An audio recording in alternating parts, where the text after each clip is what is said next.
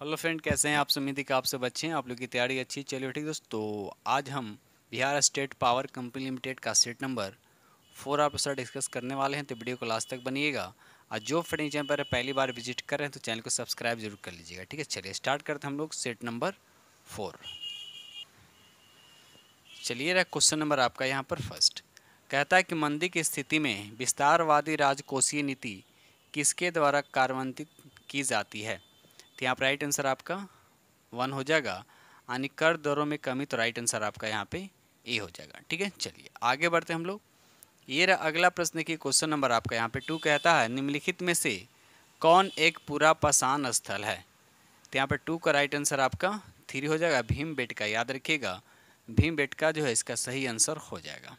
ठीक है, और ये कहाँ याद रखिएगा, ये मध्य प्रदेश के रायसेन जिले में स्थित एक पुरातात्विक स्थल है। ठीक है, चलिए आगे बढ़ते हैं हम लोग।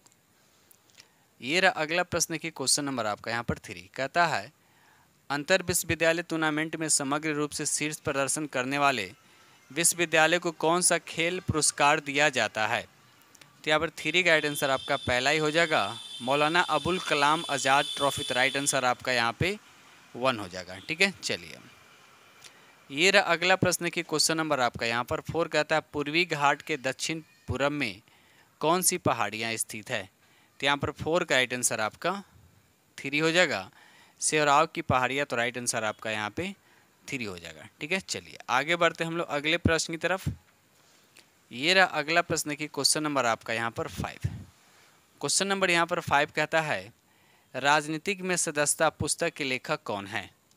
तो यहाँ पर राइट आंसर आपका 3 हो जाएगा, विजय कुमार चौधरी। राइट आंसर आपका यहाँ पे 3 हो जाएगा। ठीक है, चलिए क्वेश्चन नंबर यहाँ पर 6 कहता है निम्नलिखित में कौन सी फसल खरीफ फसल के मौसम में नहीं उगाई जाती, यानी खरीफ फसल नहीं है? तो यहाँ पर 6 का राइट आंसर आपका 3 हो, यानी सरसों जो है आपका खरीफ फसल नहीं है। ये रहा अगला प्रश्न की क्वेश्चन नंबर आपका यहाँ पे 7 कहता है 1987 में किस राज्य में एक अहिंसक आंदोलन शुरू किया गया जहां लोगों ने यूकलिप्टस के पेड़ों को उखाड़कर अपने लिए उपयोगी पेड़ लगाए हैं? बताइए। तो यहाँ पर सही आंसर जो हो जाएगा आपका कर्नाटक हो जाएगा। देखते हैं ऑप्शन में। तो यहाँ पर देखा जाए तो 7 का राइट आंसर आपका 4 हो जाएगा, यानी कर्नाटक इसका राइट आंसर हो जाएगा। क्वेश्चन नंबर यहाँ पे 9 कहता है कि वन कार्मेल पुरस्कार किसकी प्रख्यात हस्तियों को दिया जाता है? तो याद रखिए विज्ञान के क्षेत्र में राइट आंसर आपका 2 हो जाएगा।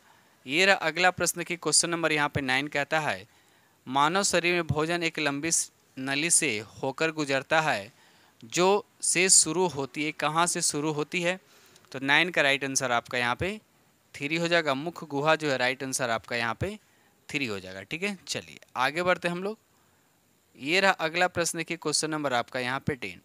क्वेश्चन नंबर यहाँ पे 10 कहता है कि सिंधु और गंगा नदी प्रणालियों के बीच जल विभाजन का कौन सा शहर स्थित है? तो ये इसका राइट आंसर आपका 1 हो जाएगा, यानी अम्बाला इसका राइट आंसर हो जाएगा।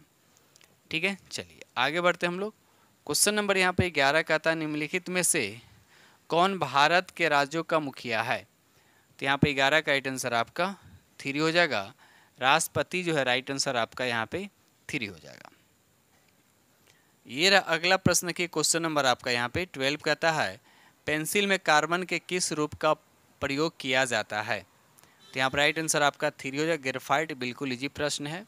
क्वेश्चन नंबर यहाँ पे 13 निम्नलिखित में कौन सा कारक भारत में खाद्य असुरक्षा को इंगित करता है?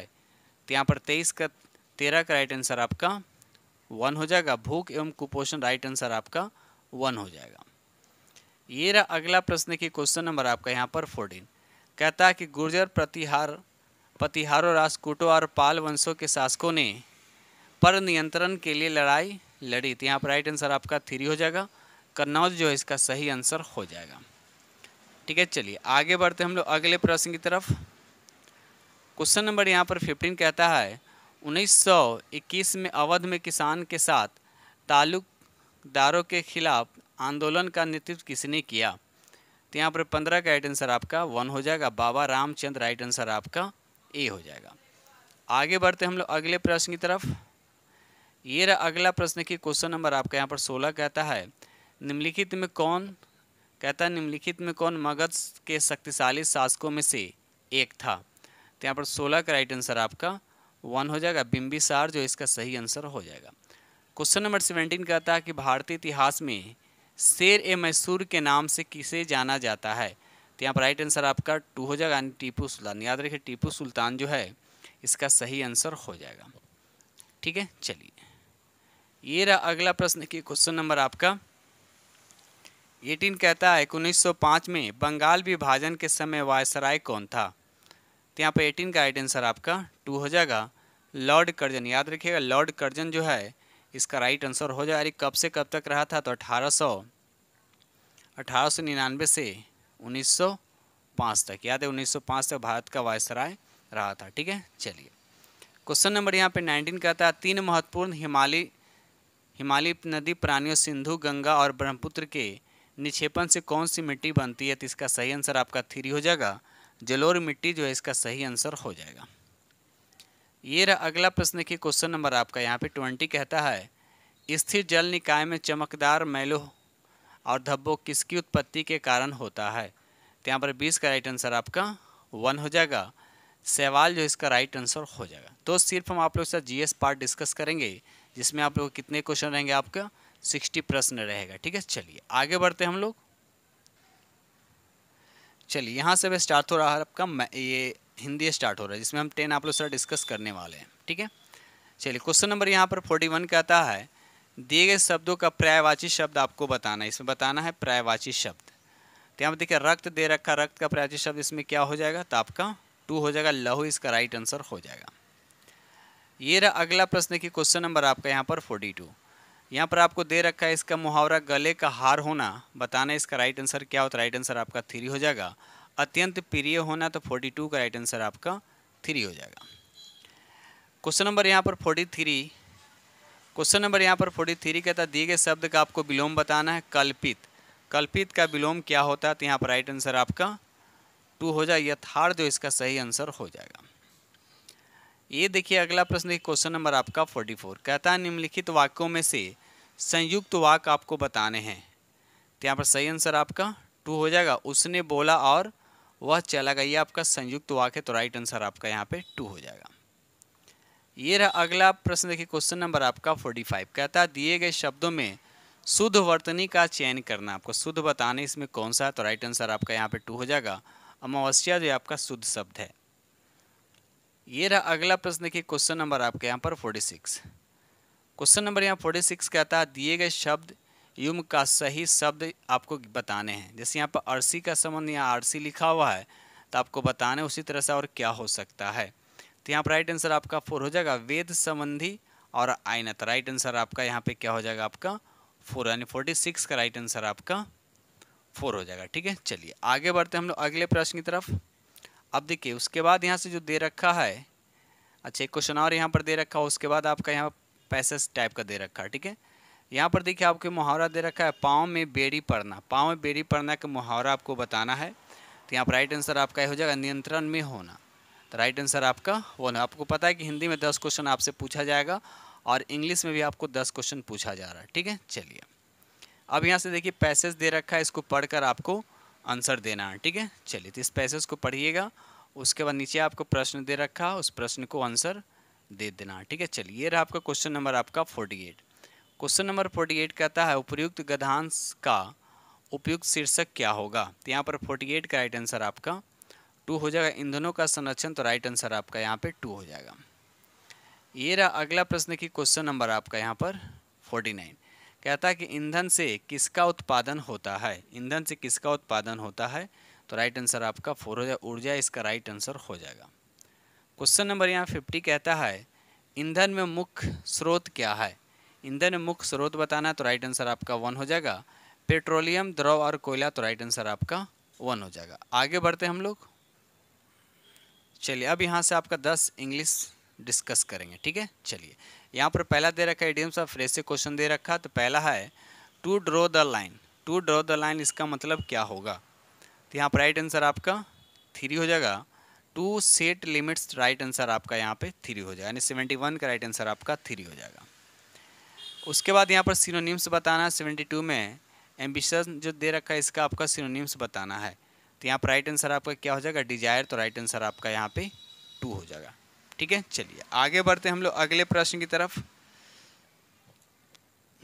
ये रहा अगला प्रश्न की क्वेश्चन नंबर आपका 70, इसमें आपको कॉमन एरर बताना है। ठीक है, तो यहाँ पर देखिए कॉमन में क्या लिखा, द ब्लाइंड्स। देखिए यहाँ पर ब्लाइंड्स जो लिखा हुआ है ब्लाइंड्स नहीं होना चाहिए बल्कि ब्लाइंड होना चाहिए। ठीक है, तो यहाँ पर राइट आंसर आपका पहले ही पार्ट में एरर दे रखा है, तो राइट आंसर आपका 1 हो जाएगा। उसके बाद एनालॉजी से क्वेश्चन दे रखा है यहाँ पे, व्हील का संबंध स्पोक से, तो उसके बाद और क्या होगा। तो यहाँ पर 74 का राइट आंसर आपका यहाँ पे 3 हो जाएगा। लेटर उसके बाद रंग, तो राइट आंसर आपका यहाँ पे 3 हो जाएगा, यानी 74 का राइट आंसर आपका 3 हो जाएगा। उसके बाद देखिए यहाँ पे इग्नोर वर्ड दे रखा है, इसका एंटोनिम्स बताने हैं यानी अपोजिट वर्ड बताने हैं। तो इग्नोर का अपोजिट वर्ड क्या होगा, तो यहाँ भी राइट आंसर आपका 1 हो जाएगा। एक नॉलेज हो जाएगा, एक नॉलेज हो जाए तो राइट आंसर आपका यहाँ पर 1 हो जाएगा। ठीक है, चलिए ये रहा अगला प्रश्न की क्वेश्चन नंबर आपका यहाँ पे 76 कहता है कि choose the most suitable preposition आपको बताना है। द फादर इज ब्लाइंड, उसके बाद डैश दे रखा है the faults of his son. देखिए फादर जो अपने बेटा की गलती से क्या अंधा है, रियल में अंधा नहीं, तो इस केस में यहाँ पर क्या लगेगा आपका 2 हो जाएगा। ठीक है, तो यहाँ पर राइट आंसर आपका बी हो जाएगा। ठीक है, चलिए यानी बेटा कितना भी गलती कर रहा है उसके आगे बाप अंधा, तो उस केस में ब्लाइंड 2 होता है। ठीक है, चलिए आगे बढ़ते हैं हम लोग। ये रहा अगला प्रश्न देखिए क्वेश्चन नंबर आपका यहाँ पर, ये आपको दे रखा है। ठीक है, और आपको बताना यहाँ पर क्या लिखा है, given this sentence pick out करें, उसके बाद इंट्रोगेटिव फ्रॉम द गिवन, इसको आपको इंट्रोगेटिव बनाना है। ठीक है, इंट्रोगेटिव आपको बनाना है। तो देखिए आप the moon is shining in the sky, तो अभी देखिए इज वाला पहले हो जाएगा, तो कौन ऑप्शन होगा, तीज वाला। देखिए यहाँ पर एक ही ऑप्शन दे रखा है, वो ऑप्शन कौन सा है आपका, बी है। ठीक है, तो यहाँ पर राइट आंसर आपका बी हो जाएगा। बाकी कोई इज से स्टार्ट नहीं हो रहा है क्योंकि इंट्रोगेटिव में इज पहले होगा, है ना, आगे देखने की जरूरत ही नहीं। राइट आंसर आपका 2 हो जाएगा। ये देखिए क्वेश्चन नंबर आपका 78, यहाँ पर कॉमन एरर बताना है आपका। कहता व्हाट यूर वर्क, उसके बाद that which you undertake दे रखा, उसके बाद put your best efforts in it, आपको बताना है इसमें क्या किस पार्ट में एरर है। तो यहाँ पर देखिए सेकेंड पार्ट में यहाँ पर एरर दे रखा है, तो राइट आंसर आपका यहाँ पर क्या हो जाएगा आपका 2 हो जाएगा। ठीक है, चलिए आगे बढ़ते हैं हम लोग अगले प्रश्न की तरफ। ये रहा अगला प्रश्न की क्वेश्चन नंबर आपका यहाँ पे 79। ठीक है, अब यहाँ पर देखिए ये आपको दे रखा है प्रेजेंट परफेक्ट टेंस में दे रखा, यहाँ पर देखिए सिंपल प्रेजेंट टेंस में दे रखा है, इसको कहता है पास्ट टेंस में कन्वर्ट करना है। तो यहाँ पर हैज है तो क्या हो जाएगा, बस हैड कर दीजिए, क्या कर दीजिए, हैड। तो यहाँ पर एक ही ऑप्शन दे रखा है, ऑप्शन आपका 4, तो राइट आंसर आपका यहाँ पे डी हो जाएगा। ठीक है, चलिए आगे बढ़ते हैं हम लोग। यहाँ पर देखिए आपको यहाँ पर आपका फिट करना है, यहाँ पर क्या एप्रोप्रिएट कंजक्शन आपको बताना है, यहाँ पर बताइए क्या होगा। तो यहाँ पर 80 का देखा जाता है, यहाँ पर देखिए एट जो मूवमेंट जो लिखा हुआ है ये जनरली कंटिन्यूस में लगता है, तो कंटिन्यूस में तो यहाँ पर देखिए यहाँ ये तो होगा नहीं क्योंकि इसके पहले इज आर्म कुछ दे नहीं रखा, तो यहाँ पर ऑप्शन आपका बी पे जा रहा है, इज ईटिंग जो है यहाँ पर सही आंसर हो जाएगा। ठीक है, अब देखिए यहाँ से स्टार्ट हो रहा है कंप्यूटर। देखिए इस एग्जाम में सबसे मेन चीज़ यहाँ पर देखिए कंप्यूटर भी है, यानी समझिए तो आपको कंप्यूटर को अच्छे से पढ़ना होगा क्योंकि 20 क्वेश्चन अच्छा खासा इसका वेटेज पूछा जा रहा है। ठीक है, चलिए तो क्वेश्चन नंबर यहाँ पर देखिए 81 कहता है कि एक IPv4 पता बीट का होता है, आपको बताने कितने बीट का होता है। तो यहाँ पर राइट आंसर आपका 3 यानी 32 बीट का होता है। ठीक है, चलिए ये रहा अगला प्रश्न की क्वेश्चन नंबर आपका 82 कहता है कि MS एक्सेल 2010 में उसके बाद डैश दे रखा है फंक्शन को एक्सेल लुक अप और संदर्भ फंक्शन के अंतर्गत वर्गीकृत किया गया है। तो यहाँ पर सही आंसर जो हो जाएगा आपका 4 हो जाएगा, मैच जो है इसका सही आंसर हो जाएगा। ये रहा अगला प्रश्न देखिए क्वेश्चन नंबर आपका यहाँ पर 83 कहता है कि MS एक्सेल 2010 के संबंध में गलत विकल्प का चयन कीजिए, जो गलत है उसको आपको चयन करना है। तो यहाँ पर देखिए पहला और दूसरा की अगर बात करते हैं तो दोनों आपके यहाँ पर सही हैं। उसके बाद तीसरा और चौथा देखते हैं, तो यहाँ पर देखिए चौथा भी आपका सही, यहाँ पर गलत कौन सा हो गया आपका, तीसरा आपका क्या है गलत है और गलत ही आपको बताना है, तो राइट आंसर आपका यहाँ पर 3 हो जाएगा। ये रहा अगला प्रश्न की क्वेश्चन नंबर आपका यहाँ पर 84 कहता है जब MS वर्ड 2010 का कोई डॉक्यूमेंट्स पहले से खुला हो तो नए डॉक्यूमेंट्स खोलने के लिए किस कीबोर्ड शॉर्टकट का उपयोग किया जाता है। तो यहाँ पर राइट आंसर आपका 3 हो जाएगा, Ctrl+N जो है इसका राइट आंसर आपका 3 हो जाएगा। ये रहा अगला प्रश्न की क्वेश्चन नंबर आपका यहाँ पर 85 कहता है कि ईमेल में फील्ड उस ईमेल के उद्देश्य को इंगित करता है। किसको इंगित करता है? तो राइट आंसर आपका यहाँ पे 2 हो जाएगा। सब्जेक्ट जो है इसका सही आंसर हो जाएगा। आगे बढ़ते हम लोग अगले प्रश्न की तरफ। ये रहा अगला प्रश्न की क्वेश्चन नंबर आपका 86 कहता है को आसानी से इंटरनेट से जुड़े कंप्यूटर में फैलाया जा सकता है।